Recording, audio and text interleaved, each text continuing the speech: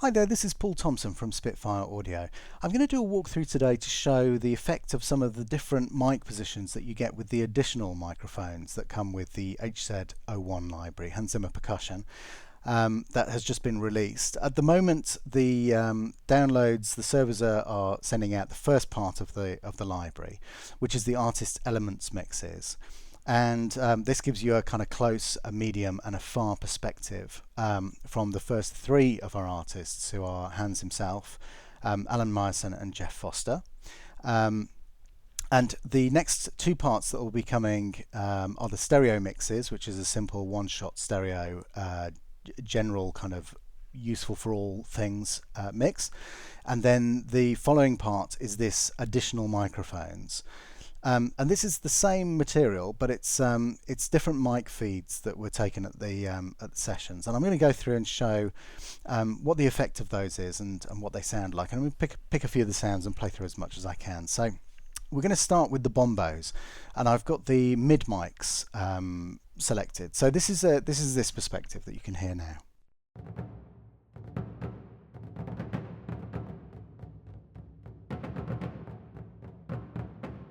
So that's the hard beaters that I'm using there. There's the soft beaters as well, and the deep hand hits. So you can hear those through the mid. I'm going to switch through these one by one. So this is what the bottle sounds like. These are mics suspended in water cooler bottles.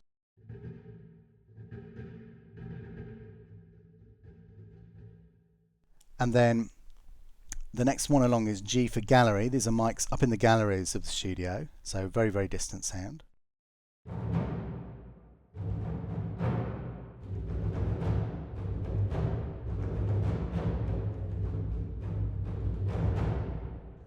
So you can hear a very different sound that you get from the mid-range mics.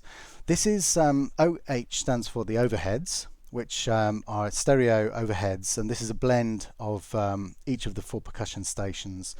These are ensembles, obviously, so mixed together as one stereo pair, and they sound like this. This is the hard hits first, and the hand, soft. So you get the idea with those. We've got our pair. This is kind of an alternative to the traditional Decca tree, but slightly in a more kind of stage format. So have a quick listen to these.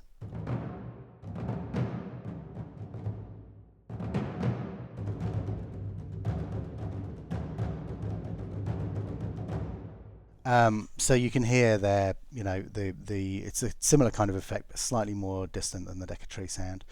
And then piezo here, PZ. This is a Decca tree of contact mics that are gaffer taped to the floor, and it's an interesting thing that you get a lot of the floor vibration as well as the kind of sound coming through the air, and they sound like this.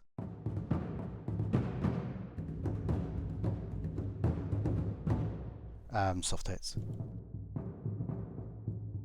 So quite directional. If I just go through the hits,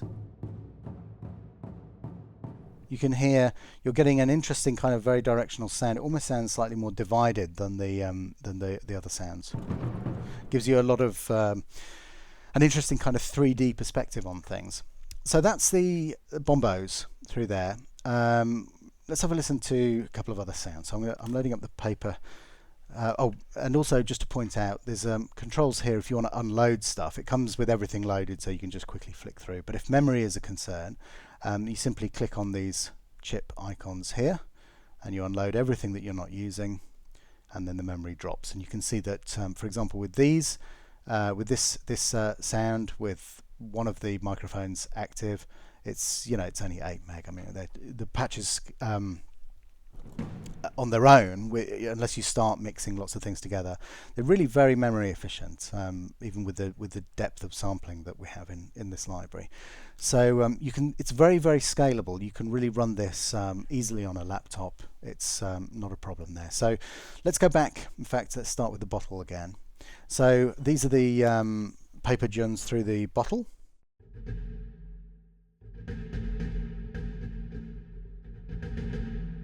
And then if we go through, we'll go to the mid mics.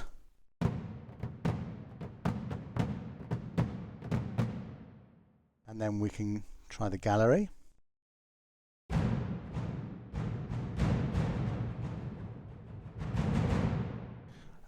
It's slightly more difficult to play when you've just got the distant mics because there's no immediate feedback from your fingers to your head. So it's like playing sort of drops off there where I try and get that in time. The overheads.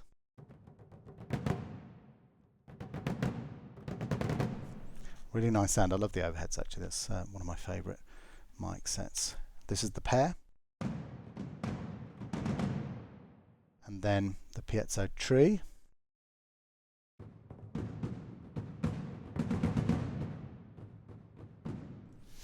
So it's very interesting, you know, really do get an amazingly different sound through these. I mean, if we set up, I'm going to set up a couple of mixes. So we'll use the mids, the overheads, and the gallery.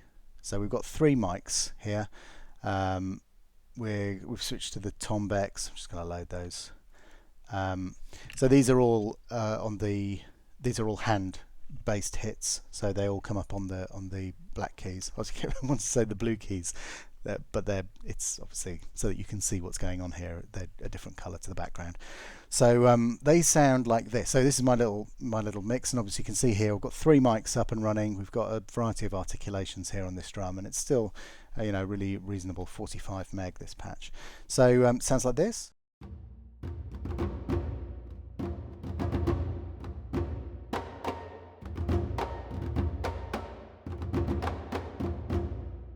And then you've got the three different articulations for that. So that gives you a taster for that. If we decide let's get up a different mix, I'm going to use the pair. Pull the overheads down a bit. Let's rely mainly on the pair, and then we'll have the bottle mic in there as well. Just give it a bit of a little low boomy. Sounds like this.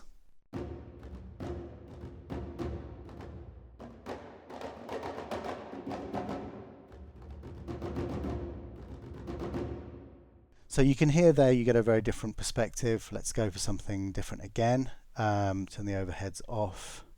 So we've got this is quite a distant perspective. Maybe the piezo mic will bring something to the party. Let's see what that sounds like.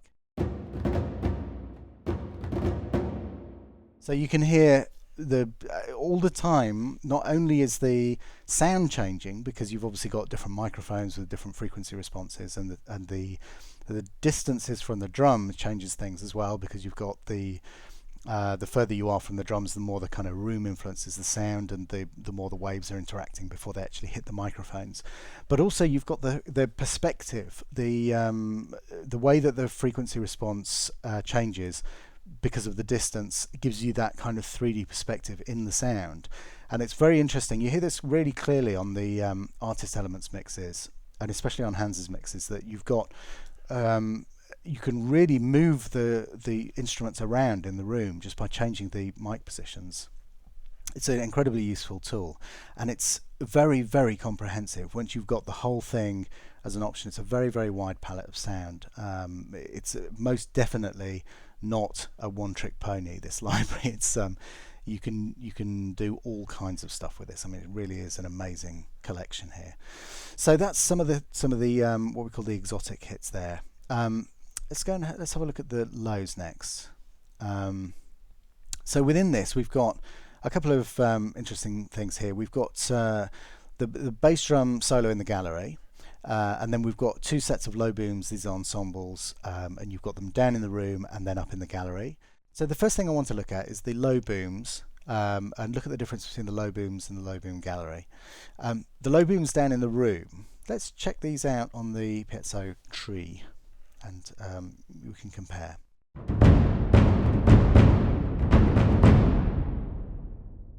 So that's got a great sound, but what about the gallery version? So you can definitely hear, okay, the drums are in a different place now.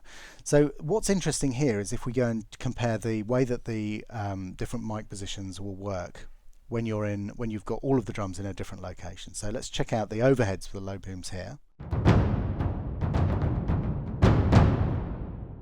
And then let's check out the gallery version.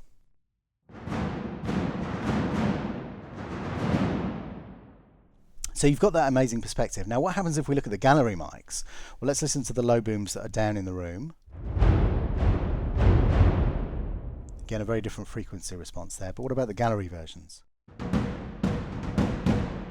Interesting, because they're there and you can hear now that you're closest to the mics, but it still has an interesting sound, and you can still feel the room rolling back up into the gallery.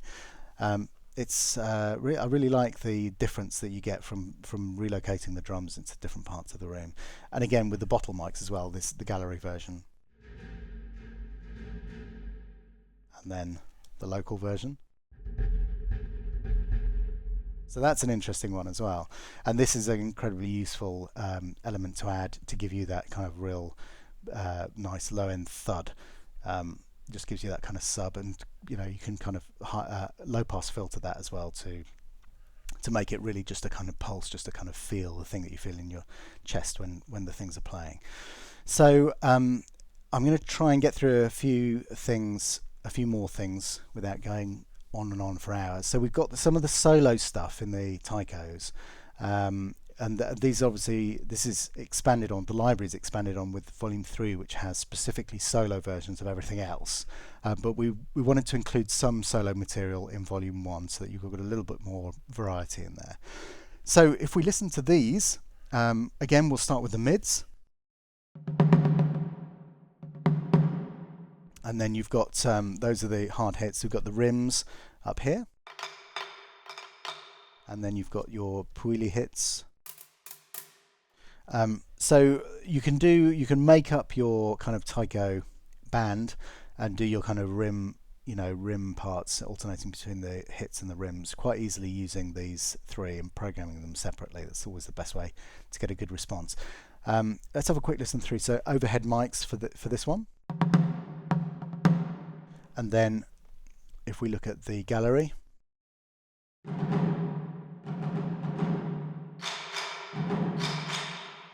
and then if we go to the piezo tree, it's nice, got a different frequency response again, and the pair, slightly more distant. Also it becomes, it's slightly less wide, that pair. We could have a look at, let's listen to the ensemble actually. You've got the bottle mic. Let's start with that one as it's loaded up there. It's got a lot of ring, a lot of drums pounding the room. Let's have a listen to the mids. We've got the gallery. We've got the overheads. We've got the distant pair.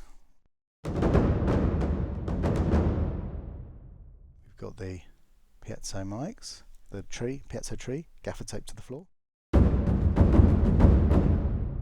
So a lot of good stuff in there. And then I'll give you a very quick blast with the overheads for the what we call it, the low Tycho here. And then the large Tycho. So you've got three flavors there, beautifully recorded and lots of great stuff. Finally, let's go to the Timpani Ensemble. I think it would be good to have a quick listen again. We'll start with the bottle, and then we. Sounds great. Let's go to the mid mics.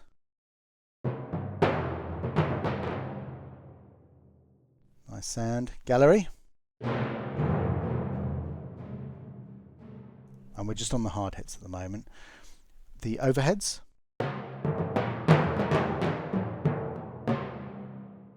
Nice and clear and defined. We've got the pair. Let's wait for this to load up.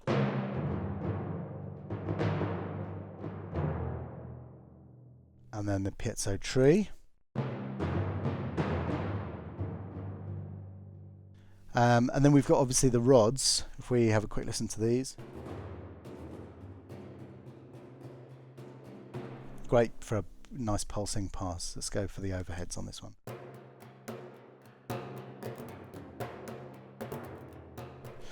So that's really useful for adding a lot of rhythmic interest to things. We've got the gallery mics for these.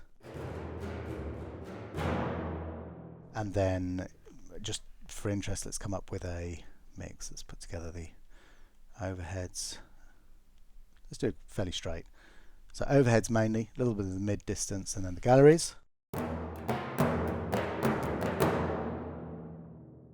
And then obviously you've got all the controls here that you can mess around with as well. And then we've got these soft parts. Just turn these off, listen to the overheads. The soft stick, soft beta hits. So you can really get a very delicate, nice sound out of those. Piezo tree. So you can hear there's a lot of variety that you can get in there as well with all of these different options. So that's a bit of a walkthrough. I haven't really gone into the cymbals.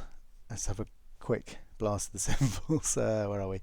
Let's go for the piezo. So that's the mids. Let's listen to the bottle. Interesting sound. Galleries. Let's check out the overheads. Lovely 3D sound that is, with all those players mixed together. The pair, or centralized sound from that stage pair, and then piezo tree. Fabulous spread that you get from that as well. So that's a walkthrough. Hopefully that's given you a bit more information about the effect of the individual additional mics that you get here. And again, just to reiterate that at the time of making this video, which is the end of November, these are not yet released on the download. We're trying to manage the server load, so these are going to come in a few weeks. The stereo mixes will be next, these will follow, and then your surround elements will come after those. So trying to make sure that everyone has a good download experience. That's why we're staging these downloads, and then following on from those, we'll be bringing online the final two artists, Steve Lipson's versions and then Junkie XL's versions. So it's going to be, by the time you've got these first four up to the surround of these artists, you'll have about 150 gigs of samples, and then the final two artists will bring that to just over 200. So it's a good collection of sounds, lots and lots of options, lots of possibilities within here. We're incredibly proud to be working with Hans on this, and very grateful that he's shared his experience of, you know, the last 30 years of working, and specifically the last 10 years of working with these players in our studios on these amazing scores that he's recorded. And we've got all of these incredible sounds to play with ourselves now in our own composition. So thanks very much to Hans, and we look forward to seeing you on the next video. Thanks very much for watching. Bye bye.